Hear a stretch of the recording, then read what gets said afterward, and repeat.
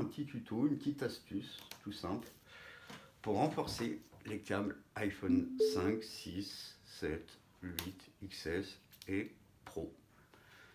Donc avec le temps, on s'aperçoit que voilà, au niveau des jointures, au niveau du caoutchouc, ça commence à s'ouvrir à force de se tordre comme ça, etc., etc. En les transportant souvent dans les poches ou dans les sacs. Il s'avère que ça s'abîme, d'accord? Donc moi, mon tuto va concerner le renforcement des câbles pour éviter ce phénomène-là, justement. Et vous allez préserver votre câble pendant un bon moment, d'accord? Je ne sais pas ce que j'ai un point d'élocution en ce moment. Ça va être le confinement, ça doit rendre con. Bref. Donc tout simple, pour ça, il vous faut de la gaine thermique. Je donnerai une référence sur la description. À savoir que là, il faut 9 mm, 90 mm, pardon, et 0,9 cm de là à là. Pas de diamètre, hein, de là à là. D'accord? Mais je vous donnerai la référence exacte. Donc pour cela, tout simple, pour renforcer les câbles, hein, bon, on n'attend pas qu'il soit complètement abîmé et qu'il ne marche plus, ça va pas le réparer. Hein. C'est pour éviter justement qu'il ne marche plus et le garder un maximum de temps. Voilà. Moi, je me suis aperçu que j'en achetais souvent et que ça devenait pénible. Donc, à savoir que les câbles iPhone ne sont pas donnés, hein, je trouve, originaux, surtout les Apple. Les Apple sont excessivement chers. 30 balles, moi, je trouve que c'est un peu abusé.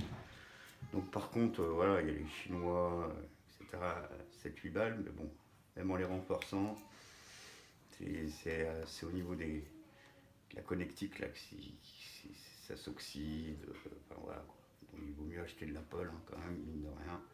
Même si c'est cher, c'est pour ça. Moi, j'achète de l'Apple, mais je le renforce directement, tout de suite, à l'achat. Comme ça, je suis tranquille, je le garde un bon bout de temps, proportionnellement.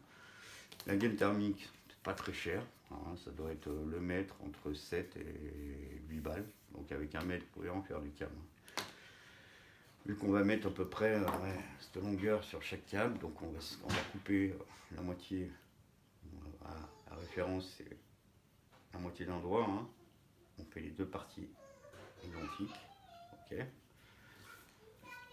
Donc il y a deux façons de le faire. Soit au briquet, pour les gens qui n'ont pas de pistolet thermique, ou soit au pistolet thermique. Donc moi j'ai fait les deux dans le tuto pour vous montrer. Donc on commence, on prend le câble. Hop, renforcement du câble iPhone 6, on va dire, 7 ou 8, etc. etc. On prend un petit bout de gaine hein, qu'on a préalablement coupé. Hop, on l'introduit. Ok. On passe de l'autre côté. On prend le deuxième bout et on le positionne. Alors moi, je laisse à peu près ça pour garder un peu d'esthétique.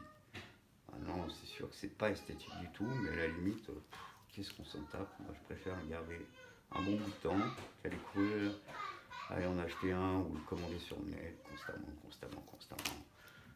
Voilà, moi je fais comme ça. Je le fais directement, c'est moins joli et encore, moi je trouve que ça lui donne de la gueule. Black and white, hein. Donc tout simple, hein. Prenez votre câble, un briquet, vous le positionnez tout de suite. On va faire cette partie-là et on chauffe progressivement sur toute la longueur. Ok. Hop, on attend un peu. C'est rétractable, donc on attend de ne pas chauffer le câble au milieu par contre. Le câble original, on essaye de ne pas le brûler, quoi. Voilà, on passe la flamme légèrement. Hop, on attend un peu. Voilà, on fait bien dans la jointure. C'est le plus important. Hein. On fait un tour. Hop. Voilà. On descend un peu le briquet pour pas que ça brûle et que ça chauffe quand même. Hop. On attend un peu. On appuie au niveau de la jointure sur tout le tour pour que ça prenne bien en forme. Et voilà, on mettra un petit coup après. Attends que ça refroidisse un peu. On fait pareil de l'autre côté. Alors là pareil, on le met à bord, complètement à bord de cette partie là. On commence à chauffer le premier côté. On équilibre pour qu'il soit bien au milieu. Hop. On essaye de ne pas chauffer le plastique de l'USB blanc. On fait la jointure avant. Hop, pareil. Donc là c'est maintenu, on peut plus besoin de le tenir. Et on va progressivement, pareil au briquet. Hop, on attend. On attend un peu. Et on fait toutes les parties pour que ça soit bien collé au câble original. Il ne faut pas trop pas brûler à l'intérieur, quoi. Parce que ce câble là il est fragile quand même. Donc on fait des petits à-coups comme ça. On attend, ça se rétracte tout doucement. Hop, hop, hop, hop, hop, hop, hop, hop, hop.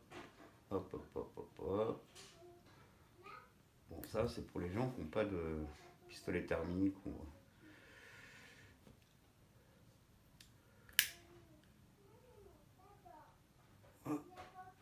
décapeur, comme on appelle ça. Ouais, je crois que c'est décapeur. Hop.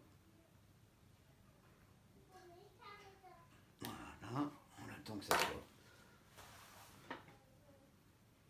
plus chaud, ça se refroidisse un peu. On va passer sur l'autre en attendant parce qu'il n'était pas encore complet.